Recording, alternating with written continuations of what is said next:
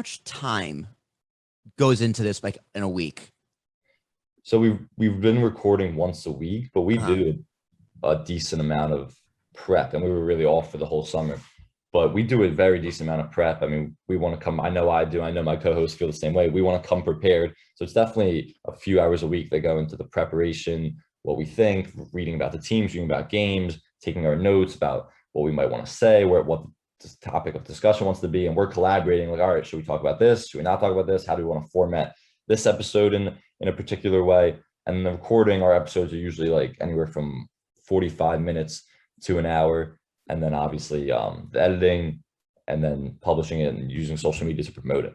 So it's a bunch of hours per week. It's a lot.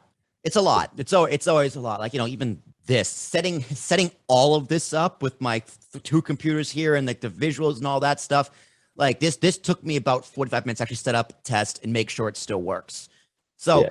and that's just, and I'm not in college. So you're a college student. You got classes, you got social life, you have the living for the weekends and the podcast. So how do you find balance as a student with your podcast? And I'm sure there's gonna be plenty of college kids out there who listen to this podcast who are hearing you speak about what you're doing at the University of Maryland and thinking, I'm going to do this on my campus. So how do you balance, and what advice do you give to people, college kids particularly, who would want to do what you're doing?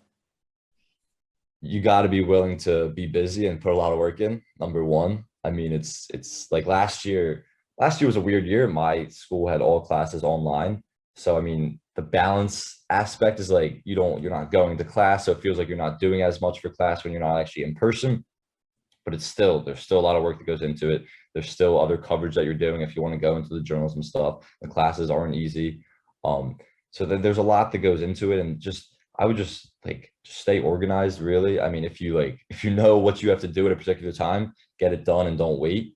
Like if you're recording on a Thursday, which we did a lot, sometimes Friday mornings, but usually Thursday mornings we record, like, all right, I'm getting all my notes done by Wednesday. And I have this other thing to do that might be due on a Friday.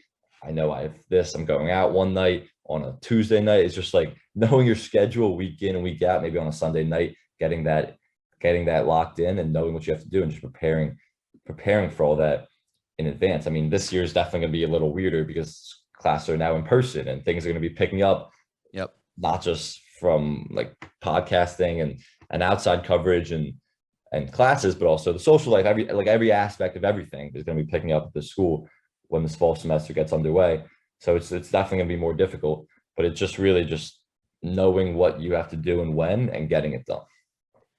I would say treat it like an internship. Mm-hmm. Like it's kind of a weird way to think about it because it's an internship with your school.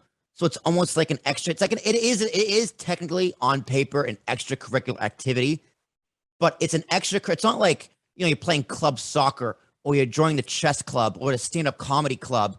Like this is an extracurricular activity that is directly tied to your major and what you want to do in the real world. So like, I know you're going to put this on your resume, and I know people are going to ask you about it because every job interview I ever went to, I put down podcast on my resume, and that's something I did on my own, not through the school. And they're like, tell me about your podcast. So how much excitement does that bring you that like, because you are going to have an advantage over people applying. Like, you're very personal, you're very easy to talk to, and you put all this extra work in. So like, what value does that bring to you as a student? And then once you graduate, looking for jobs? Yeah. So, I mean, you said it's not just extracurricular, it's actually career advancing. So it's not just like some like tedious thing that I'm doing, maybe just for fun or whatever outside of school. I mean, it's directly tied to my major, as you said, and something that can potentially and hopefully advance my career. I mean, it's all about the clips that you're getting. Like, that's what it is on my resume. Of course it is right now, and it will remain on my resume as I'm applying for internships and jobs. But it's something like clips. Like, when you're in this field, you're applying for a job or an internship, it's all about the clips you're getting, whether that's writing clips, whether that's podcasting clips, broadcasting live games. It's all about the clips you're getting, and you're accumulating clips, number one, but you're also practicing at something you want to do. And it's like anything, like it's like you're shooting a basketball, taking a golf swing. It's reps. Like, the more you're in front of a mic, the more you're podcasting, the more reps you're going to get and the better you're going to get at it. So it's the same approach with really anything. Yeah, But yeah. especially if you want to be in broadcasting, like you're gonna need a demo reel. Oh, You're absolutely. gonna need a demo reel. So I know you got like editor on your team. So like next year, as you go into your senior year, it's like, or even as you're editing now, start cutting like you start cutting clips and like this 10 seconds here, like you have a really funny sound segment or whatever. Start cutting it and start thinking about like a reel to put out because someone's be like, oh, you're on a broadcaster, send me your reel, even though Absolutely. it's A just lot of people, audio. and a lot of people think that reels are just like broadcasting in front of a TV, but No, I've realized it's recently not. like it's cutting out a podcast. Like that is so popular over the last 5 years, Mhm. podcasting now. Like that's the direction. Like I don't know any publication like USA Today, like The Ringer we've talked about, Sports Illustrated. Like I don't know anyone that doesn't have a premier podcast that they're promoting constantly. A podcast, like I say this to everybody, a podcast is a voice for your business or a fresh coat of paint on your brand. It's the Absolutely. perfect way just to show people who you really are. All you college kids, listen up. This clip is another really important one. Even if you're not in college, this clip is another really important one on how to manage your time, create a reel, and all that stuff. It's going to help you in a profession. I'm telling you, I promise you, if you have a podcast on a resume, no matter what industry it's in, they're going to ask you about it. And when they ask you about it, tell them Will Tarashuk sent you.